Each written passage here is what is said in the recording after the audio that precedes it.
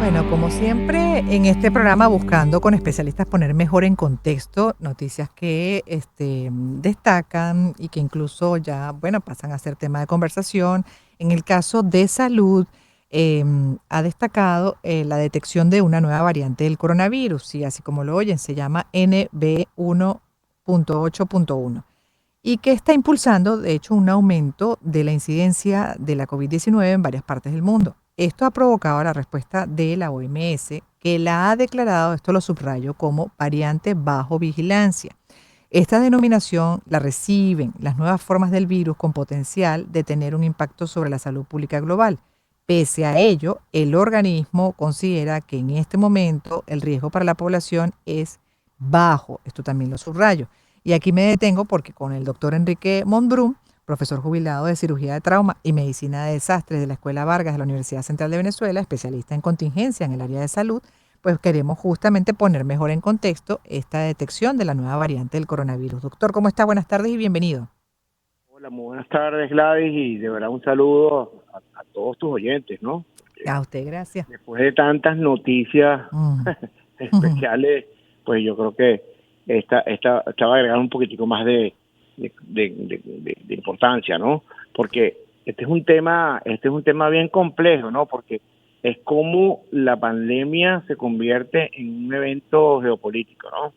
Ujú. Cómo la pandemia y el término geopolítica de pandemia se empezó a utilizar para explicar, ¿no?, cómo se estudiaban las enfermedades infecciosas y cómo la respuesta que se hacía hacia, digamos, con el manejo hacia ellas, influía en las relaciones de poder entre Claro. los estados, en la estabilidad global y obviamente en los cambios del orden mundial, ¿no? Ujú. Y allí es donde está la parte más importante.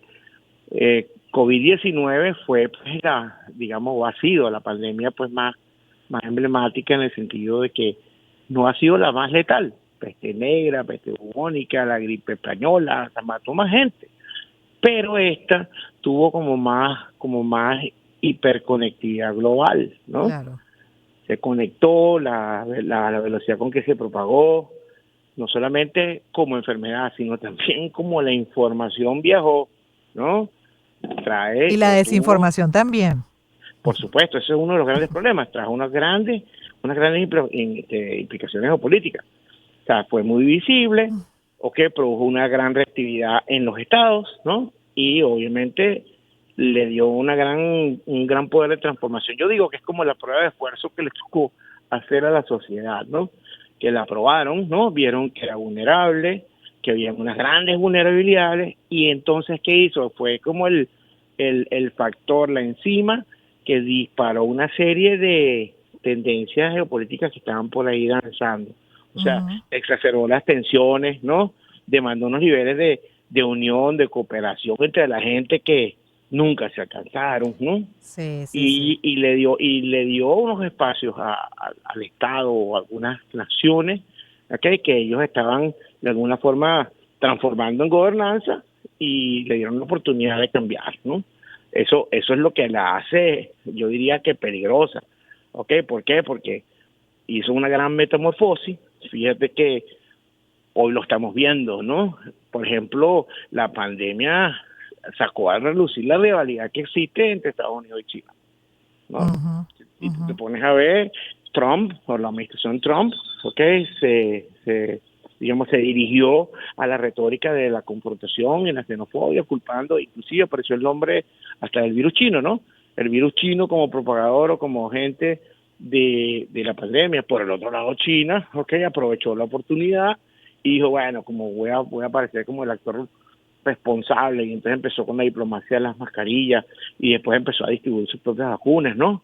Para que No, pudiera doctor, y mitigar. acuérdese, y más recientemente le agregó el dato también de que, como sabemos, pues ha sido noticia lo que fue la salida de Estados Unidos con esta administración de Trump de la OMS, pero al mismo tiempo Exacto, China está invirtiendo más, o se supone que va a exacto, aportar más dinero, ¿no? Y eso dentro del marco geopolítico, pero sin desviarnos mucho sobre la variante esta, la detección de la nueva variante del coronavirus. sí, Además, porque lo otro es mucho más complejo y podríamos incluso mencionar el tema que, a pesar de todo lo que dice, que se supone que incluso activó un valor fundamental como el de la unión, la solidaridad del mundo, o en la medida de lo posible, pues no, muchos procuraron ser más solidarios y más unidos en esa contingencia. La realidad es que vemos que pasan los años y eso se va perdiendo, se va diluyendo incluso la responsabilidad individual de cuando tienes alguna virosis, que sin saber exactamente qué virus, pues ya no usas la mascarilla y puedes estar contagiando a otros y no sabes exactamente de qué.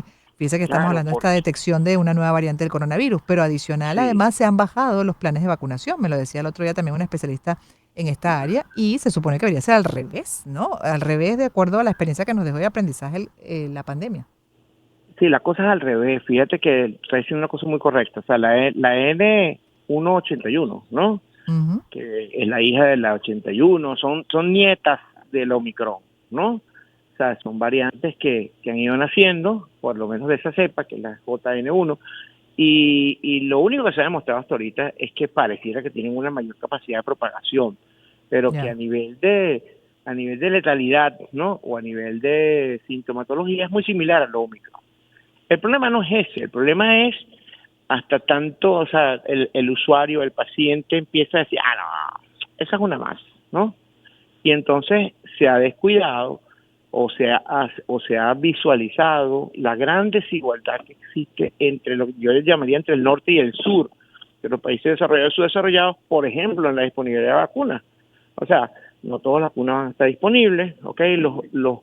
Los países o los estados o las regiones han ido como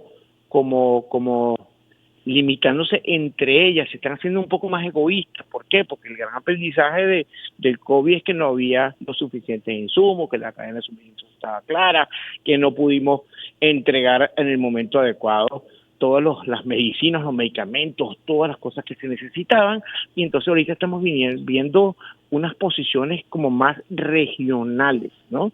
Ya. Y en ese sentido, oye, de repente en los países que tienen menos oportunidad, bueno, eso lo viste con COVAX, ¿no? Que tienen menos recursos, entonces le fijaron como una tarifa, le fijaron una cuota de vacunas, ¿no? Y eso obviamente altera el orden global y hace que los países se hagan, voy a abrir dos comillas, ¿no? Más autoritarios o se hagan como más, tengan que imponer más sus políticas. Fíjate que los países que hicieron, pues trancaron los espacios Claro. los espacios geográficos, impusieron medidas, pusieron impuestos, evitaron la movilidad. Y la pregunta es, ¿y eso volverá a ocurrir? Si eso vuelve a ocurrir, ¿tendrán las capacidades los estados de poder contener a la gente, okay, que está, cónchale, desbordada en información, como dices tú, de muchísimos actores, ¿no? Que no todos tienen la evidencia, o sea que fortalecer la información va a ser uno de los grandísimos Desafío. retos, ¿ok? Al Sí, igual porque que, además incluso ya muchos compran la idea de que hasta qué punto las vacunas son necesarias o más bien hasta perjudiciales. exacto, entonces si tú te pones a ver eso en conjunto con ese alejamiento digamos, de las respuestas multilaterales, ese Ujú. abandono o esa falta de confianza sobre los organismos, en este caso tú lo dijiste, la OMS, ¿no? Que hoy no solamente está desprestigiada o ha sido desprestigiada, sino que no tiene los recursos ahora, ¿no? Para crear una respuesta consolidada porque está cuestionada. Entonces, eso obviamente puede traer grandes problemas. O sea que, si tú te pones a ver, ¿no? Es una amenaza, o sea, no es la amenaza en sí el N181. La amenaza es que aparezcan muchos N181 que no tengan esa capacidad, que hagan que la gente se haga muy resiliente, o sea, le importe menos, descuide, ¿ok? Claro. El riesgo Bajemos la que guardia, pues. permanente, ¿no? Y entonces veamos estas cosas, ¿no? Si tú Claro. llevas el término geopolítica de pandemia y lo extrapolas, lo llevas un poco más y te sales de la parte de enfermedades infecciosas, empiezas a Ujú. ver otras pandemias, ¿no? La pandemia del movimiento migratorio, la pandemia de la gente que está tratando de irse a lugares donde la economía son más favorables, ¿no? Pandemias, por ejemplo, como los accidentes de tránsito, la violencia, ¿ok? Como vista como enfermedad, Ujú. son también modelos que van a hacer cambios importantes en el orden mundial. Sí. Entonces, yo creo que esos son los desafíos, ¿no? Yo los podría resumir, te diría, bueno, ¿cuáles son los tres o cuatro desafíos fundamentales que vamos a ver nosotros que van a tener una gran implicación geopolítica? Uno, la desigualdad vacunal, ¿no? y obviamente el acceso a las contramedidas en el caso que ocurra. ¿Por qué? Porque bueno, pues está demostrado. Segundo, la gran fatiga, pues eso lo llaman fatiga pandémica, se llama así, que es la disminución o la eliminación pues de la atención pública y política hacia la pandemia. O sea, nadie le va a parar. ¿Okay? Lo otro es la desinformación. La desinformación porque está politizada la salud, ¿ok? La salud pues, como arma política, pues en este momento, pues nunca antes había sido usada de esta forma, ¿ok? Dando información falsa, engañosa de virus, vacunas, medidas, bueno, etcétera, que se va a descuidar muchísimo lo que es la vigilancia epidemiológica. Y eso tiene que ser un esfuerzo que tienen que hacer los países, quizás es de las únicas cosas en las cuales tienen que hacer cosas con cooperación, que es, oye, tener claramente un sistema de vigilancia epidemiológica que permita identificar rápidamente todos estos genomas, ¿no? Todos estos cambios, ¿no? Y obviamente que, fíjate que no han podido lograr hacer un acuerdo que se habló hace unos 2 años, sí, como 2 años, que era el acuerdo pandémico, ¿no? Que era un acuerdo donde todos los intereses, tanto nacionales, de la industria farmacéutica, de los países, etcétera, se iban a hacer sobre pandemia. O sea que bueno, el hay orden mundial, muchas pandemias en desarrollo que no se atrapan, así es. Yo creo que podemos agregar la otra, que es la pandemia del extremismo, además que nos conduce a muchos problemas adicionales. Doctor, gracias. Enrique Montbrun, profesor jubilado de cirugía de trauma y medicina de desastre de la Escuela Vargas de la Universidad Central de Venezuela. Se ha especializado en contingencia en el área de salud y hablando de esta variante, la detección de esta nueva variante del coronavirus que considera la OMS de riesgo bajo. Hacemos una pausa.